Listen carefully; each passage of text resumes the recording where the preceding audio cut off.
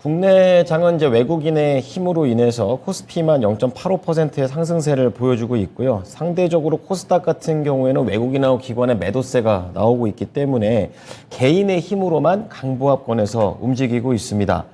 오늘 가장 강한 거는 전기 유틸리티 쪽, 그리고 기계와 원전을 포함한 전기 장비, 그리고 오랜만에 화장품이 올라와 있고요. 하락 업종 중에서는 전자장비가 약합니다. 특히 이 안에 포함되어 있는 LG 이노텍이 약하고요. 제약바이오와 플랫폼 종목들 부진했습니다. 자, 이런 부분들 포함해서 오늘 오전장을 정리해 보겠습니다. 키워드 원투펀치 바로자산운용의 윤정식 이사입니다. 이사님, 안녕하세요. 네, 안녕하세요. 네. 자, 오늘 오전장을 정리해 볼 수 있는 키워드 어떤 게 있을까요? 네, 2차 전지 상승 지속으로 잡아봤습니다. 네, 지금 코스피에서도 시가총액 상위 종목 중에 LG 에너지 솔루션의 질주가 더 돋보이는 것 같아요. 좀 자세히 들어보겠습니다.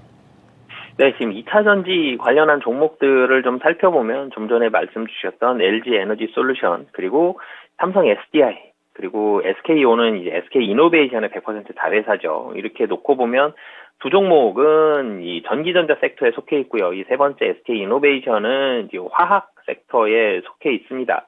근데 화학 섹터에는 이 LG 에너지 솔루션과 밀접하게 연관이 있는 LG 화학까지 있고요. 이렇게 따져본다라면 지금 LG 에너지 솔루션이 2.65% 상승, 그리고 삼성 SDI가 0.41%, LG 화학이 5.43%, SK 이노베이션이 4.34% 상승하는 모습을 보여주고 있는데요. 셀업체 3사만 좀 압축을 해서 본다라면 LG 에너지 솔루션 그리고 삼성 SDI는 흑자를 내고 있고 실적이 특히 이익단이 계속해서 좀 좋아지고 있죠. SK 이노베이션이 사실은 3분기 실적이 좀 부진했습니다. 3분기에 이 정유 부분도 SOL도 마찬가지였지만 정제 마진도 그렇고요. 업황 우려감들 중국의 값싼 제품들 이런 부분들 겹치면서 정유 관련돼서도 부진했고, SK 이노베이션 같은 경우는 자회사인 이 SK온이 여전히 좀 적자 상태이죠. 이런 부분들까지 겹치면서 이 실적이 좋지 않은 모습을 보여줬는데, 이 SK 이노베이션의 자회사, 이 SK온이 적자를 기록을 했다고 하더라도 확연히 좀 눈에 띄는 부분들이 있죠. 회사가 좋아지고 있다는 점. 그러니까 LG 에너지 솔루션과 삼성 SDI는 흑자가 커지고 있고, SK온 같은 경우는 적자가 줄어들고 있습니다. SK온은 4분기 혹은 늦으면 내년 1분기 정도에 아마 흑자 전환이 예상이 되는데요. 차이점은 좀 있지만 그래도 실적이 개선되는 부분은 좀 뚜렷하게 배터리 3사, 셀 3사가 모두 관찰이 되고 있고요. 이 배터리 3사뿐만이 아니라 좀 전에 말씀드렸던 LG 화학 같은 경우도 화학 쪽은 좀 부진했습니다. 롯데케미칼도 마찬가지로 화학 쪽은 좀 부진했었는데 LG 화학은 이 배터리 소재 쪽이 상당히 좀 실적을 거뒀죠. 그러면서 실적에 대한 선방을 많이 마련을 했었는데, 그만큼 국내 2차 전지 전방에 있는 앞단에 서 있는 셀 3사는 실적이 확연히 좀 개선이 되고 있다라는 부분. 그렇기 때문에 시장이 조정받더라도 주가의 조정이 사실 크지가 않습니다. 조금씩 조정받고 다시 올라가고 있고, 특히 LG 에너지 솔루션 같은 경우는 계속적으로 좀 상승하는, 전고점을 계속 돌파하는 이런 모습들이 나오면서 주가가 올라가고 있는데요. 그러면 이제 향후에는 어떤 식으로 봐야 되느냐? 주가가 추가적으로 얼마나 상승하고 어떤 기울기로 어떻게 상승하는지 여부를 봐야 되는데, 국내 실적도 중요하겠지만 국내보다는 지금 해외 쪽에 포커스가 상당히 많이 맞춰져 있죠. 유럽도 중요하지만 가장 중요한 건 역시나 이 미국입니다. 미국에서의 공장 증설에 대한 속도, 미국에서의 생산량, 그리고 미국 시장에서의 점유율이 올라가기 위해서는 다른 이 자동차, 전기차 업체들과 조인트 벤처라든지 이렇게 협력하는 부분들이 상당히 좀 중요한데, 미국 시장의 점유율이 몇 퍼센트, 그리고 어느 정도의 어느 속도로 확대되느냐에 따라서 주가의 상승 속도가 결정이 될 것으로 보여지고요. 산업 자체가 성장을 하고 있다라는 점. 그러니까 반도체와 2차 전지 둘 다 실적이, 반도체는 지금 상당히 바닥권이고 내년 한 2분기 정도부터 조금 나아질 것이다. 향후에 나아진다라는 부분, 2차 전지는 계속적으로 나아진다라는 부분, 그러니까 두 개 다 나아질 것이다라는 부분들은 확실하지만 차이점이 있죠. 2차 전지는 나빠졌다 나아지는 게 아니라 계속 나아진다는 부분이 있고, 그리고 반도체는 산업 자체가 커지지는 지금 못하고 있습니다. 어느 정도 정해진 산업 내의 크기 안에서 점유율을 좀 나눠 먹고 있는 형태가 좀 강한데, 2차 전지 같은 경우는 좀 이 매출액이 확대가 되고 있죠. 뭐 그렇기 때문에 미국 시장에서의 점유율, 그리고 2차 전지 같은 경우는 매출액이 얼마나 빨리 올라오느냐, 뭐 영업이익도 중요합니다만 매출액이 얼마나 빨리 올라오느냐 정도가 이 주가 상승의 가장 큰 키포인트가 된다라고 보시면 되겠습니다. 네. 2차 전지와 관련해서 올라갈 수밖에 없는 이유에 대해서 좀 말씀을 해주셨습니다. 실적과 그리고 구조적인 업황의 성장. 확실히 이런 강력한 모멘텀을 가지고 있으니까 흔들리는 장에서도 견조한 모습을 보여주고 있다라고 얘기해 주셨는데요. 그럼 오늘 장을 이길 수 있는 펀치 한 방으로 넘어가 보겠습니다. 어떻게 봐야 될까요? 네, 화장품주 반등으로 잡아봤습니다. 네, 저도 오랜만에 화장품주가 올라와서 이게 어떤 의미의 반등일까라는 게 좀 고민이 들더라고요. 어떻게 보십니까? 네, 오늘 제가 섹터별로 수급이 어떻게 되는지를 상당히 좀 자세히 보고 좀 많이 보는 편인데, 당연히 오늘 외국인 순매수로 인해서 매수 sek터 1위는 전기전자입니다. 전기전자가 외국인 전체 1741억 중에서 지금 840억 정도, 절반 정도가 전기전자로 들어가고 있고, 두 번째가 지금 화학 섹터입니다. 화학이 한 700억 가까이 695억 순매수가 들어가고 있는데, 그러면 화학 섹터를 살펴보면 당연히 LG화학, SK이노베이션, S-오일 여기까지는 좀 자연스럽게 생각이 들었는데, 저도 좀 반갑게 화장품주가 반등하는 모습들을 오늘 좀 살펴볼 수 있는데요.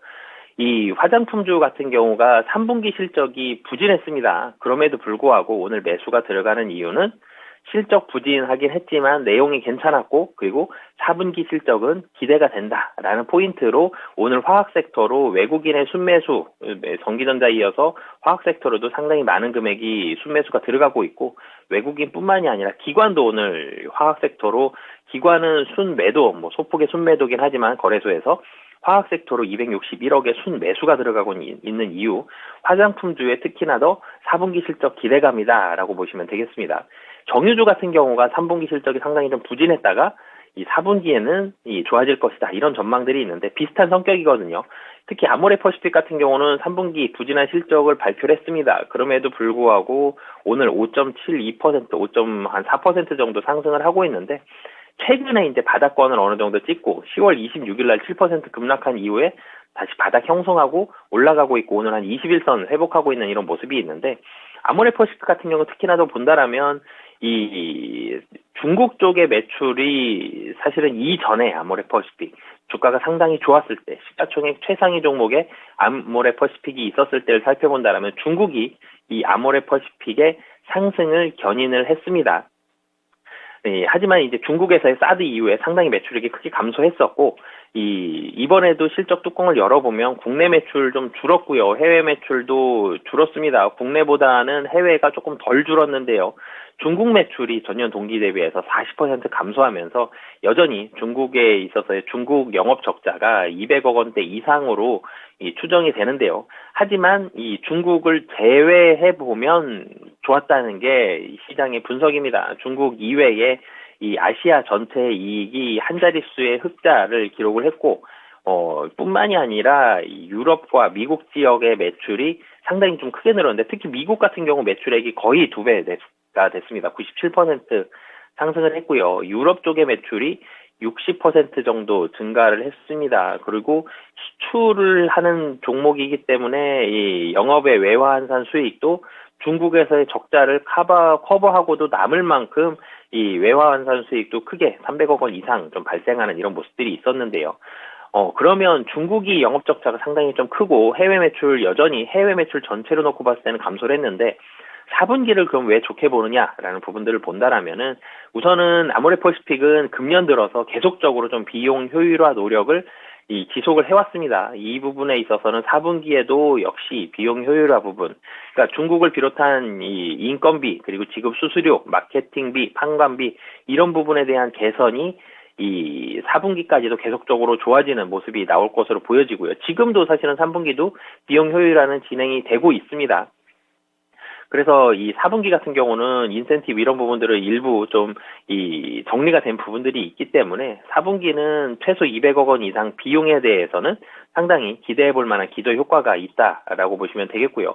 중국은 여전히 4분기에도 감소를 하지만 감소세가 조금은 줄어들 것으로 보여집니다. 그리고 북미와 유럽은 연말 쇼핑 시즌 그리고 계절적 성수기 이런 부분들로 인해서 3분기보다는 조금 더 높은 수준의 매출 성장률이 기대된다.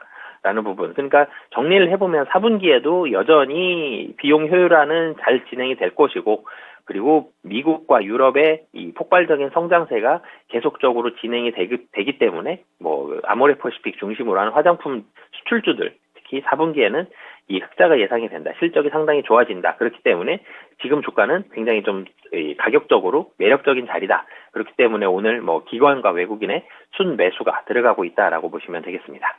네, 오늘 화장품주를 가지고 이제 수출주에 대한 전망까지 말씀을 해 주셨습니다. 3분기 바닥 찍고 4분기엔 꼭 날아오를 수 있기를 기대해 보겠습니다. 오늘 내용 잘 참고하겠습니다. 감사합니다. 네, 감사합니다. 네. 자, 화장품주의 반등이 수출주로 이어질지도 보셔야겠네요. 바로자선료 윤정식 이사였습니다.